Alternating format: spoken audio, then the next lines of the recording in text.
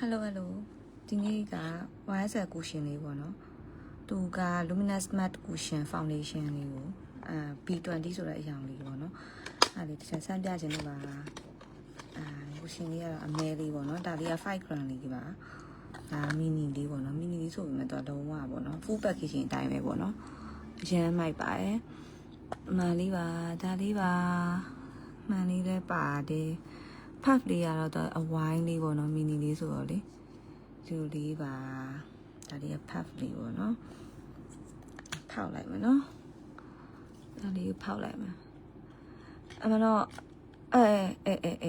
စပြီစလဲဟိုဟာလေးဝယ်မလို့ပေါ့နော် full size လေးဝယ်ဒီမှာတစ်ချက်ပေါ့နော်ယူလိုက်မယ်ပေါ့နော်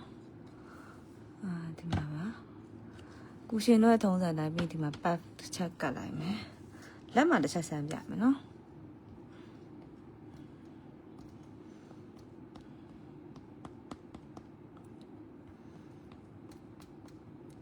B20 ရောင်တော်တော်ဖြူပဲနော် B20 ရောင်လေ B20 ရောင်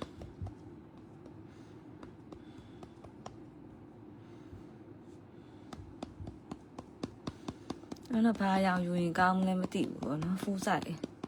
ဂလိုးကူရှင်လေးကို full size မှာမဟုတ်လို့ဒါလေးကိုအရောင်တစ်ချက်ဆန်းကြည့်ရပါဘောနော်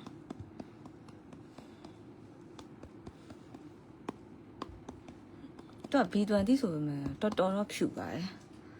ဒီမှာမှဒါလိမ့်ထားတဲ့ဘက်ပါဒါမလိမ့်ထားတဲ့ဘက်နော်ဒီမှာနော်တိတော့တိတာရယ်နော်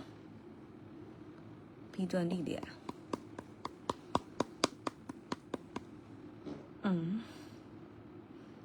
အဲ့ဆိုတော့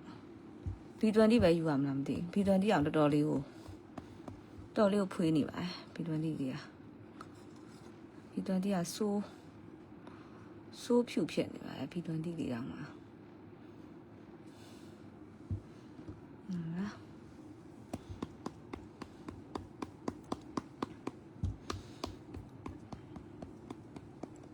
ဒါ YSL ရဲ့